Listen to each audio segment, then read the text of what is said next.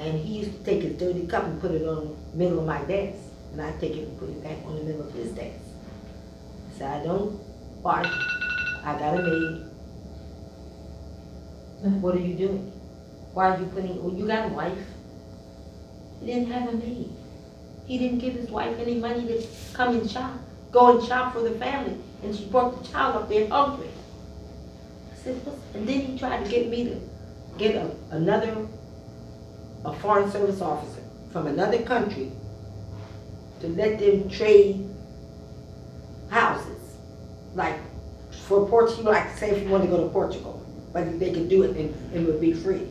I said, get your wife to do that. That's not my job. I don't care where you stay when you travel, but it's not my business.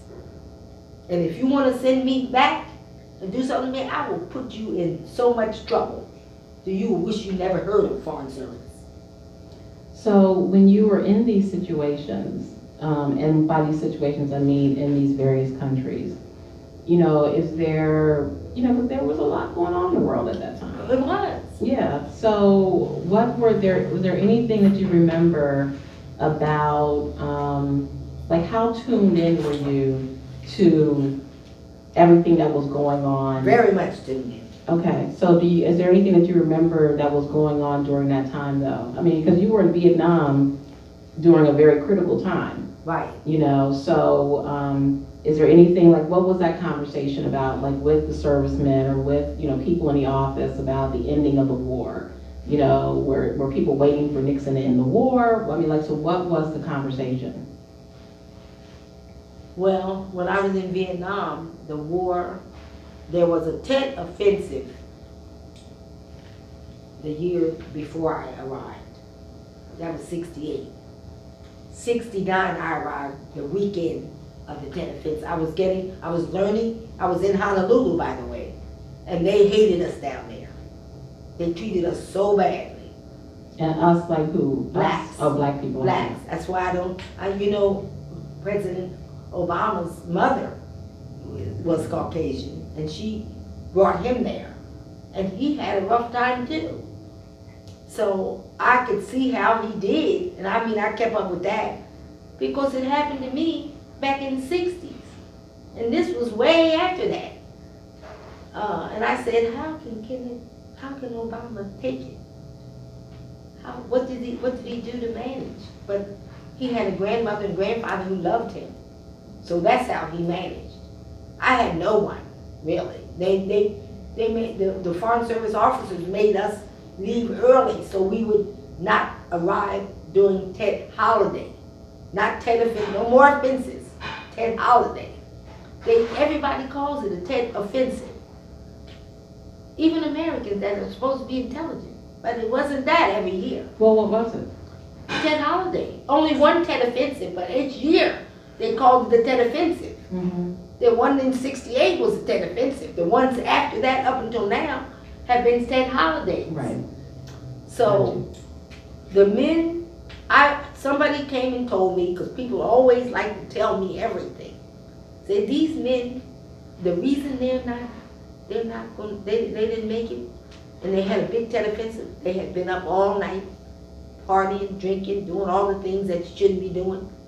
And the Viet Cong got a hold of it.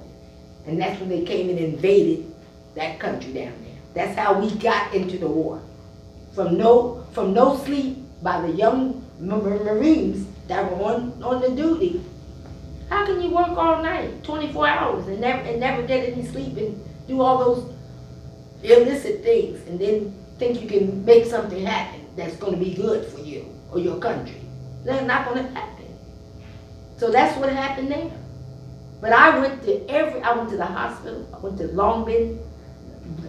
Johnson was president after Kennedy was assassinated, Mm-hmm. and we called it the Lyndon Baines Johnson's Long Beach jail. It was Long Beach, but we gave it his name, because it was Johnson. And Johnson, the men at the hospital that went out on bivouac, and they told me, don't come back and see me, Miss Hughes, I'm not going to make it. I don't want you to come back. But I knew that every time they went out on bivouac, somebody was gonna lose their life. And for what purpose? What kind of war is this? And how can they afford to do that to Americans, black or white, who are here giving up their lives for their family and their families to come here to help America win something that doesn't need to be started in the first place? And we know who started that. So were you ever fearful for your own safety while you were there? No. Really? Fear and faith don't go together. Oh, okay. Amen. I thought I went to see Ambassador Bunker was the ambassador there, and his wife, Ambassadress Bunker, was the ambassadress in Nepal, Kathmandu. And I got a trip there because I had just come back from Hong Kong, partied and got so many clothes I couldn't hardly walk with my suitcases and everything. And all the drinks, you know, when you're getting your clothes made, the more they make your clothes, the more you drink. And you keep drinking and getting clothes made, drinking and getting clothes made. I tell you, my boss said, Janice, you want to go to Nepal? My friend worked in personnel. He said, go ahead, you get all your work done, you do everybody else's work. You want to go on that trip? Because he brought me a thing of perfume from Hong Kong, this big. He said, you do your work better than anybody. And all the white girls there wouldn't do their work, they leave it for me when they go away. And I'd get it done and give it to them. Because that's what black people do. We do. Not anymore. They were hip to that. They got lackadaisical lately. They don't do that. And I suffer because of that. And we all do. I'm not just being personal about it. Mm-hmm. They need a new lesson. They need a new attitude. And it can't be dope. It can't be, not, I'm talking about the real dope. And all that stuff they smoke and snuff and snort. Can't be that. Not gonna make it. So when they said, it was so funny. These people wanted me to help them help themselves. But I made them feel that way. They said, can you help us, Janice, please? And I did. I did the best I could, and I helped a lot of people change their attitude about things and make a new life for themselves and their families back in the United States. And that made a difference in their schools, their churches, their communities, Mm-hmm. their states, their country, and the world as a result of that. So basically, you've traveled around the world and really been of service to the people, whether it is the people that you worked with, but also a lot of the people that were in the countries that you encountered. Absolutely. So as you look back on everything, what are the biggest takeaways that what do you take away from the experience? Well, in America nowadays, young folks tickle me. I guess I said, I learned their little slangs, and I like to say some things that they do and dance the way they dance, which I can do. But I try to tell them, you got to get a new attitude. That attitude that you have is not appropriate to make things work in America or around the world. Your children, your families, your communities, your churches, your schools, they're going to all go under if you don't start helping them. You can't you got to believe in yourself first too. Do you believe in yourself? I'm doing a memoir about myself, and it's believe with the question mark. Do you believe in yourself? Do you believe in others? Do you believe you can do what you need to do to help others?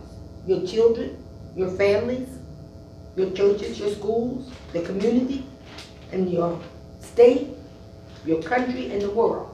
And I did the same thing I did when I was overseas. I told them, I will help you all I can. I can put you in place with touch with some people. I know everybody to know, and I can do it if you want me to. And I made it happen so many times in so many places, and it's going to be in my memoir. And I know I'm proud of it, because it wasn't for me. It wasn't for them. It was for me. It made me feel good. So as you continue that work now, so this is your 80th year, 80th year. and you continue to reach out and help people and, and really be of service to people. So what do your next 80 years look like? Well, I'm gonna still go overseas sometimes, because I was invited by China to speak in 10 countries in China. Don't go right now. And I don't mind going when it's in bad shape. I don't mind. I don't want to catch that disease. That's what I'm talking about. I know about that. Mhm. But when I was there, they killed boys that were born because there were too many people in the country. Couldn't get any worse than that. I couldn't catch that, but I was there in the middle of it. They say I started Tiananmen Square upheaval, because I told the students in those 10 cities that I went to, Buddha is your savior, not these men that work behind the desk. You have a chance to make a choice in your life. Don't listen to them. Listen to what I'm telling you. You got a chance, and you got a choice. And look at women, Chinese women now, on the news, doctors, lawyers, whatever. I went to visit their prison. They told the women, do not look up at these people when you walk through. And they did like this. They were sewing. And they never looked up. And I said, I don't know if I could do that. If some stranger came in, and a black woman or somebody else came in my workplace, and I couldn't peep out, but if they did, they would have killed them. They told them, if you look up, we will kill you. When they had a baby, they didn't put them through nothing. They just let them have the baby, got out of the hospital, sent the wife and the woman and the baby, and gone home. And they learned over the years that China has a lot of issues and problems, but they helped us in many ways. We used they made products for us that we would never have gotten through if they didn't make them. Yeah. And that's why they were there sewing so hard. I got about 5,000 picks they made already. I hate to see your closet. You should hate to see my house. Not just a closet. It looks like a closet and a museum and a whatever. But I'm inviting everybody when this summer. I want you all here. Tell your friends and your relatives and your neighbors. Come on down to my house. Now, have you started the process of archiving your things and your papers and talking to people like Auburn Avenue Research Library? I can't yet because I got broken into too many times. And so my stuff is in upheaval, but I've got the best caregiver in the world. She knows how to help me do it. It's gonna happen. And I'm hooking it up. I got a bungalow, no steps. I got a carpeted garage, gazebo in the back. We're gonna party from the front to the back. We can play cards in the garage, or you can dance in the garage. And everybody that comes gotta get up and dance. If you can't get up and dance, just get up and move your feet. Just do like this. Twerk it, just stand right there. You can do it. But it's so much fun to have had an experience where I can talk to people, tell them what I want. They tell me what they want. We get it together. We make it happen. And we don't pull no punches. And am I going to continue to do it? You bet your sweet bippy I am. Okay, that's what we want to hear. Well, Ms. Hughes, we're going to go ahead and wrap this conversation up. So happy birthday. Thank you. You're welcome. Happy birthday. And thank you so much for sharing with us this afternoon. We have someone here that she's going to be the flutist for us. Oh. Okay, that's Bertha Hightower, hyphenated what? Smith. And she's a famous flutist here. Okay. in our church. She's from my church. Mm-hmm. She said she would be here. She had something else to do, but she'd be here a little later. And I told her after my interview, she would be happy to have her. Oh, fantastic. Okay, well, so then guys, in for a try. Yeah. And there's a snack out there, and you can come and talk to me. Yeah, I was gonna ask, does anybody have any questions? Any questions for me? Yeah, Where are you originally from? Philadelphia. Philadelphia. City of brotherly love and sisterly affection. Okay. I went there for the Million Woman March. I was there. Yeah. I was there. I was there. Got some questions over here? Yes. Yeah, I'm just curious again, you may have said earlier, how many years did you spend with the service? Was it I was in the foreign service for, actually 15 years, 15? but 10 years in Vietnam and other places. Okay. Yes. Was there any particular countries that you liked better than others? Brazil was my favorite, because it was my first, Yeah. it was my first assignment. And But there was a lot of but I partying guess going on. I guess I liked Vietnam more because there were more men. And we called them geographical bachelors. Oh. Were they black? Not all of them. The women were dogs to the men. They just jumped. We go in the club. I wanted to go everywhere and see everything so I could write about it and know about it. So if I go in the club, the girl would jump down on her knees, unzip the man's pants, and go at it. Wow. And I said, if that was my friend, I would hurt that girl. She don't know whether that's my man or not. Wow. Wow. I said, what motivated you to arrive here? To arrive here? Oh, I'm glad you asked. I was working for a young lady in Philadelphia, and she needed some help, and I was doing consulting work in between my jobs. So she was the niece to Bishop Donald Lee of the AME Church, African American Methodist Church. And I took care of him until he passed away. I helped her get so much money from him. It's unbelievable. Billions of dollars. And then she came down here and I followed her down here, and that's why I'm here. Because we're like one family. My beautician family and her family of pianists, talkers, people of the Lord and church. We were one block away. And a block here is not like a block there. A block is small. And she wanted me to do that. And I did, and I was there the day he died. I was with him when he died, the bishop. But he was on his last assignment. And he was an orphan when he lived down in, I can't think of the name of the country, but South America. And he came here and became a billionaire. And he was wonderful. Those people loved, they treated him like he was God. And even the day he went to see them at the main headquarters in Philadelphia, he dressed up, we dressed it, just like he wasn't sick.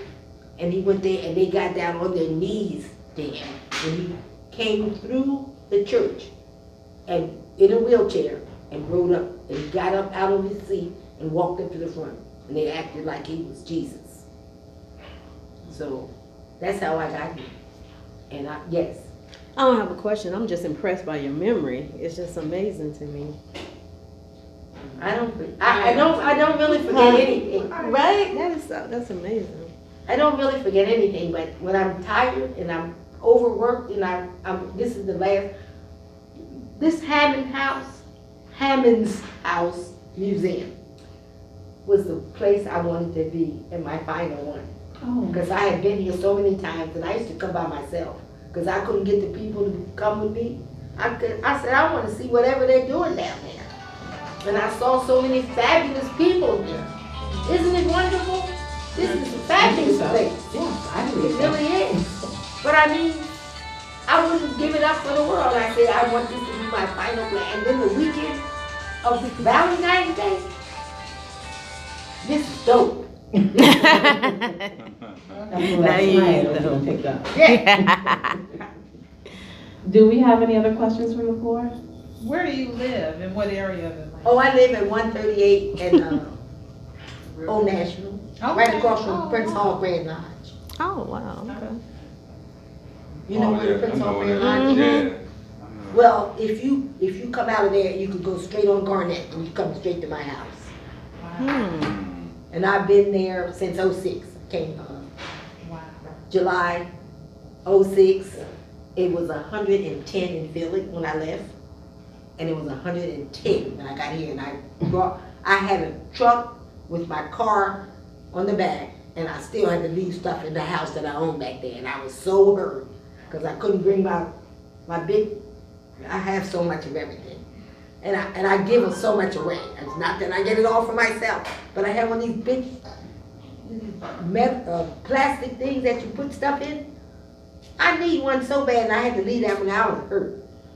But I finally sold that house, so now I had two houses, and I bought the lot for $1 because it messed up my house, and so I got that from the city. Then I helped several people get a house just like that. In Old National, I mean, Old In National or in Philly? Philadelphia, Okay. in Philly. And then,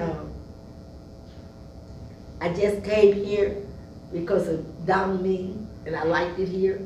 And I had stayed there long enough, my time is right